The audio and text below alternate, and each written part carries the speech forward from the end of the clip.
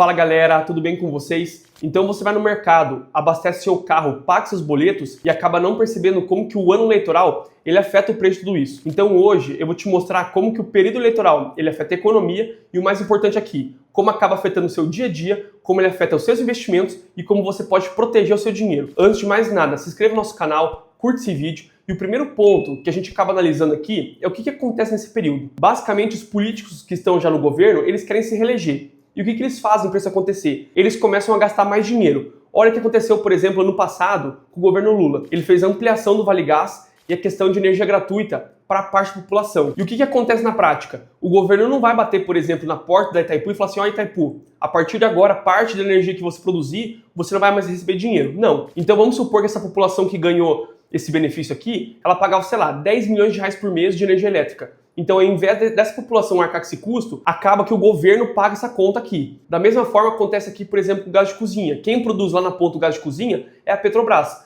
Então, da mesma forma, ao invés de parte da população pagar por esse gás, acaba que o governo paga essa conta para a Petrobras nesse ponto aqui. E o que é interessante a gente observar que a gente não lembra no dia a dia é que quem que mantém o governo na ponta? É eu, é você, é o dinheiro dos nossos impostos. Então, grande parte da população paga a conta para a minoria ganhar. Eu não estou aqui para fazer juízo de valor e falar se isso é certo ou errado, mas eu estou falando para vocês o que acontece e como a gente vai ganhar dinheiro. Aí, o que a gente acaba observando? Que o governo está gastando demais. E o que o governo começa a fazer na prática aqui, já que ele gasta muito? Ele tem 3 pontos principais. Ele quer aumentar a receita. E o que ele faz aqui na prática? Primeiro, ele pode aumentar impostos. Então, desde 2023, a gente viu o governo querendo aumentar impostos, taxa das blusinhas. A gente viu aumento de tributação, por exemplo, para quem pega aqui empréstimos, financiamentos. A questão também aqui, por exemplo, desse ano, aumentou a tributação para empresas do lucro presumido, que faturam mais de 5 milhões de reais por ano. Um segundo ponto que a gente acaba observando também é a questão do endividamento. O governo pega mais dívida. E um terceiro ponto aqui pode ser até a impressão de moeda. Então a gente começa a analisar. E olha que interessante como que está a dívida pública hoje. Eu entrei aqui no Banco Central e a gente pode ver a relação da dívida bruta do governo em relação ao seu PIB, o nosso Produto Interno Bruto.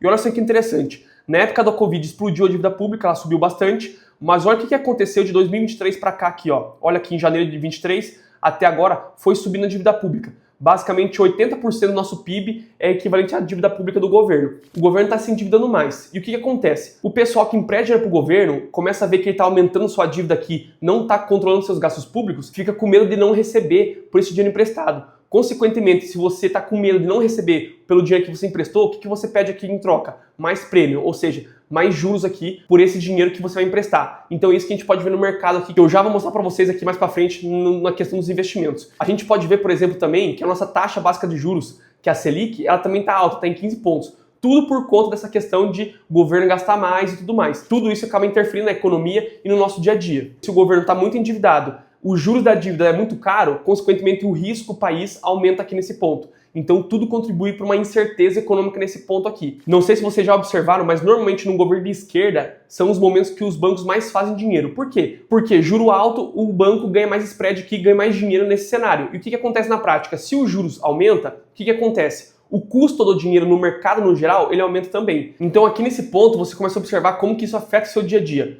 Porque para você consumir, tudo fica mais caro. A parcela do carro fica maior, a parcela do financiamento da casa fica maior, a parcela da prestação, por exemplo, micro-ondas, da televisão, da geladeira fica maior. Então, consequentemente, começa a engessar o orçamento das famílias brasileiras nesse ponto aqui. E o que pode acontecer na prática que a gente pode fazer para começar a nos proteger? É questão de entender esse jogo, que é se inscrever no nosso canal e você vai estar entendendo o que eu estou explicando para vocês aqui, e é gastar menos. Por exemplo, um dono de uma construtora vê um cenário incerto aqui, o que ele acaba fazendo? Ele vê se, por exemplo, vai ficar caro o financiamento que, de repente, vai vender menos apartamentos, ele acaba não começando uma obra nova. Então, acaba que diminui mão de obra, o engenheiro não vai trabalhar, o arquiteto, o pedreiro, o encanador, o eletricista. Então você vê que o efeito em cascata, tudo vai piorando na economia. Então nesse ponto que a gente acaba fazendo? Guardando, fazendo caixa. Então quem tem caixa é rei, galera. Quem tem sempre dinheiro guardado ali sabe que passa em grandes crises com mais tranquilidade. Sempre foi assim e sempre vai ser. Como a gente pode fazer, Alisson? É, por exemplo, não é uma recomendação de investimento esse vídeo, mas você pode, por exemplo, colocar seu dinheiro na caixinha do Nubank, no porquinho do Inter, numa aplicação de renda fixa, liquidez diária. Por quê? Porque esses investimentos, eles são atrelados, por exemplo, à taxa Selic. Um investimento que rende 100% do CDI, ele basicamente vai render nossa taxa Selic. E nesse ponto, se você colocar dinheiro nessas aplicações aqui de liquidez diária de renda fixa, você acaba ganhando muito dinheiro e tendo uma liquidez do seu dinheiro. Então esse, por exemplo, é um primeiro ponto de um investimento que a gente pode fazer para nos proteger desse momento. Um segundo investimento que a gente acaba analisando aqui são títulos públicos, é isso mesmo. Você vai emprestar dinheiro para o governo federal. Ah, Alisson, até agora você meteu o pau, falou que o governo está muito endividado, não sei o quê. De fato, galera, mas pense o seguinte, o investimento que tem o menor risco dentro de um país é você emprestar dinheiro para o governo. Ou seja, se o governo deixar de pagar, o menor dos teus problemas vai ser esse dinheiro aí. Então vai ter problemas muito maiores no seu dia a dia aí. Você não vai ter emprego, tua família pode acabar passando fome, então vai ser uma anarquia em geral. Então o teu último problema que você vai pensar vai ser nesse dinheiro que você tem lá. E sendo bem realista para vocês, eu não vejo que o governo vai deixar de pagar quem está emprestando dinheiro para eles lá. Mas enfim, então a gente acaba analisando nesse sentido aqui. E quais investimentos de títulos públicos é bom ou ruim aqui nesse ponto aqui? Vem aqui que eu vou te explicar um pouquinho mais. Eu entrei aqui no site do Tesouro Direto, que é a plataforma do governo federal, onde você pode negociar, emprestar dinheiro para o governo federal aqui nesse ponto aqui. E olha que interessante quantos títulos de renda fixa que a gente tem aqui. E olha só que interessante, esse título vai vencer em 2029.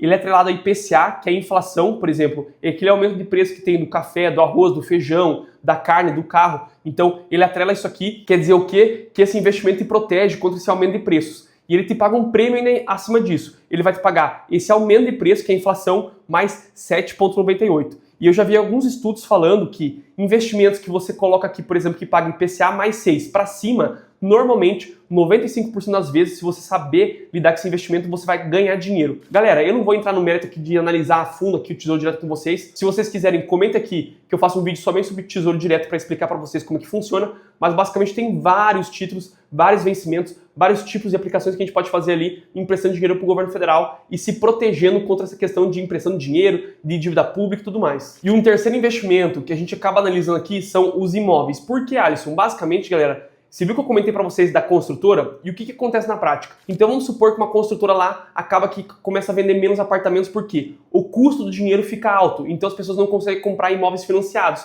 Consequentemente, as construtoras começam a despachar esses imóveis aqui e começam a fazer promoções. Então você começa a comprar imóveis com desconto. É a mesma coisa, por exemplo, num cenário normal, um imóvel, sei lá, custa 100 mil reais, ele vai te pagar 500 reais por mês de aluguel. Da mesma forma, se você comprar esse imóvel com desconto, que, por exemplo, ao invés de pagar 100 mil nesse imóvel, você pagar 70 mil, ele vai te pagar da mesma forma os 500 reais por mês. Então você concorda que a rentabilidade do seu investimento é melhor? Então nesse ponto os imóveis é uma baita estratégia para você também proteger seu dinheiro contra esse cenário aqui. E como a gente pode aproveitar de forma fácil aqui? Na minha visão, via fundos imobiliários. E olha só que interessante sobre isso que eu estou falando para vocês. Olha só que eu vou te mostrar agora. Eu entrei aqui no Estados Invest, eu fui em fundos imobiliários, em busca avançada, e eu busquei aqui por fundos imobiliários de tijolos do segmento de lajes corporativas. Basicamente, para quem não está entendendo, fundos imobiliários de tijolos, eles investem em imóveis físicos. Então, por exemplo, são fundos imobiliários que investem em shoppings, galpões logísticos, em lajes corporativas que são salas comerciais. Então, basicamente, são fundos imobiliários que compram, por exemplo, prédios inteiros lá em São Paulo, Rio de Janeiro e alugam para empresas de tecnologia, para escritórios administrativos, advogados, arquitetos, contabilidade. Então, eles alugam essas salas comerciais para esse pessoal e ganham uma renda mensal. E olha só que interessante,